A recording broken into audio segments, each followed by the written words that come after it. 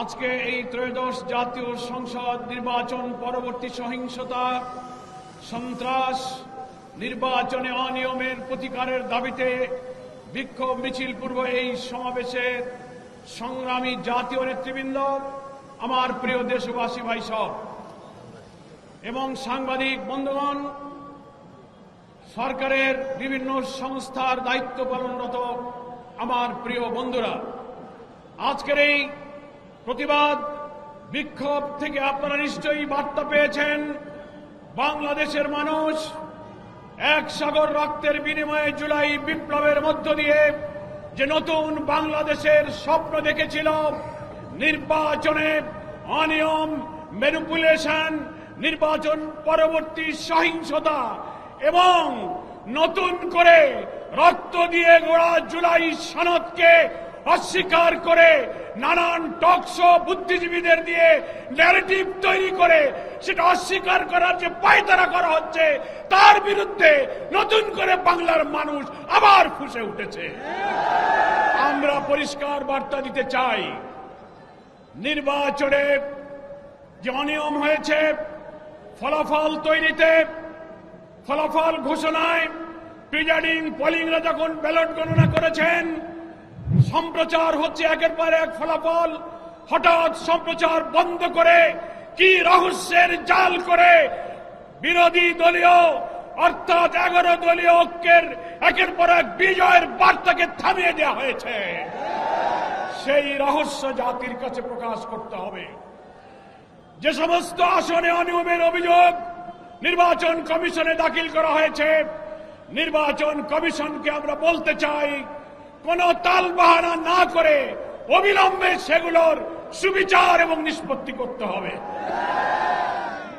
নির্বাচন পরবর্তী সহিংসতায় দেশের মানুষ বিস্মিত।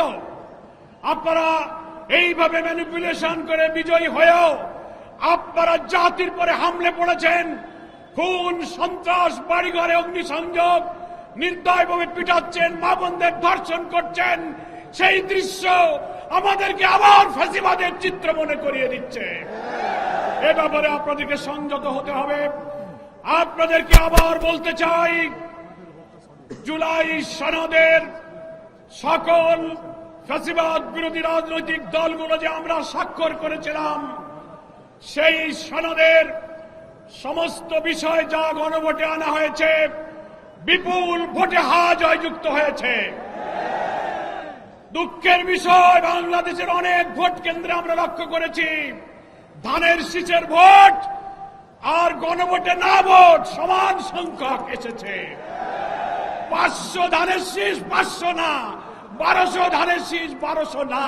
তাতে বোঝা যায় সিন্ডিকেট করে বিএনপির আভ্যন্তরীণ ভাবে গণভোটে না ভোটের পক্ষে তারা ক্যাম্পেইন করেছে। তা না হলে ধানের শীষের ভোট আর নায়ের ভোটের সংখ্যা এক হয় কি করে? Vision QLED Google TV, where colors come alive. এখন নির্বাচনের পরে টকশোতে অনেক বুদ্ধিজীবী তথাকথিত পেইড সাংবাদিক নামের কিছু বুদ্ধিজীবীরা সরকারের দালালি করে প্রশ্ন তুলছেন, জুলাই সনদে যা যা স্বাক্ষরিত, যা যা ঐক্যমত, সেইগুলো সবকিছু সরকার মানতে বাধ্য নয়। মনে রাখবেন, সংখ্যাগরিষ্ঠতার জোরে যদি আবার ফ্যাসিবাদের মতো এই বিপুল গণভোটে হা জয়যুক্ত হওয়ার পরে জুলাইয়ের রক্তের সাথে বেইমানি করে জুলাই সনদের ভিত্তিতে নতুন বাংলাদেশে বিদ্যমান রাষ্ট্র সংস্কার করে নতুন রাষ্ট্রের কাঠামো তৈরি করা না হয়, আরেকটি জুলাইয়ের তৈরি হবে কিন্তু বলে দেশবাসী ঐক্যবদ্ধ থাকতে বলবো।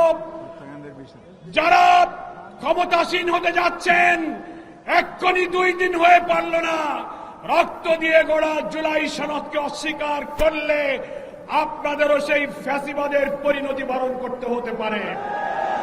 জুলাই শহীদ যারা, জুলাই হত্যাকাণ্ড, 30-40 হাজার আহত ক্ষতবিক্ষত দেহ নিয়ে যারা এখনো আহারি করছে, যারা শাহাদাতের পেয়ালা পান করে তারা পরিবারকে স্বজনহারা করেছে, তার বিচার এখনো হয়নি। আপনাদেরকে সেই বিচার করতে হবে।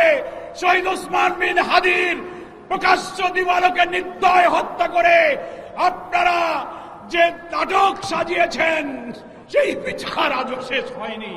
আমরা বলতে চাই এই সরকার যারা আসবেন তাদেরকে জুলাই আন্দোলনে আহতদের, শহীদদের, ওসমান হাদির খুনিদের বিচার করতে হবে। জুলাই সনদে স্বাক্ষরিত প্রত্যেকটি বিষয়কে বিদ্যমান রাষ্ট্র কাঠামো পরিবর্তনের জন্য নতুন রাষ্ট্র গঠনের সনদ হিসেবে মেনে না নিলে চুল পরিমাণ কোন ব্যতিক্রম বাংলার মানুষ বরদাস্ত করবে না। সকলকে আমি আহ্বান জানাবো, আজকে নির্বাচন উত্তর এই 11 দলের প্রথম বিশাল এই বিক্ষোভ মিছিল এখন যাত্রা শুরু করবে। প্রেস ক্লাব হয়ে, মৎস্য ভবন হয়ে শাহবাগের দিকে সুশৃঙ্খলভাবে জাতীয় নেতৃবৃন্দ সামনে থাকবেন এবং আমাদের নারী নেত্রী মা বোনেরা আছেন তারা সামনে থাকবেন, পেছনে নিরাপত্তা দায়িত্বশীলরা থাকবেন। সুশৃঙ্খলভাবে এখন আমরা মিছিল নিয়ে সামনে গিয়ে যাব।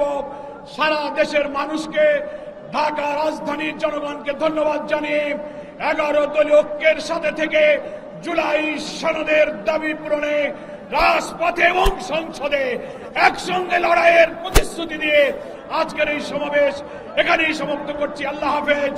বাংলাদেশ জিন্দাবাদ। 11 দলীয় ঐক্য জিন্দাবাদ। আসসালামু আলাইকুম।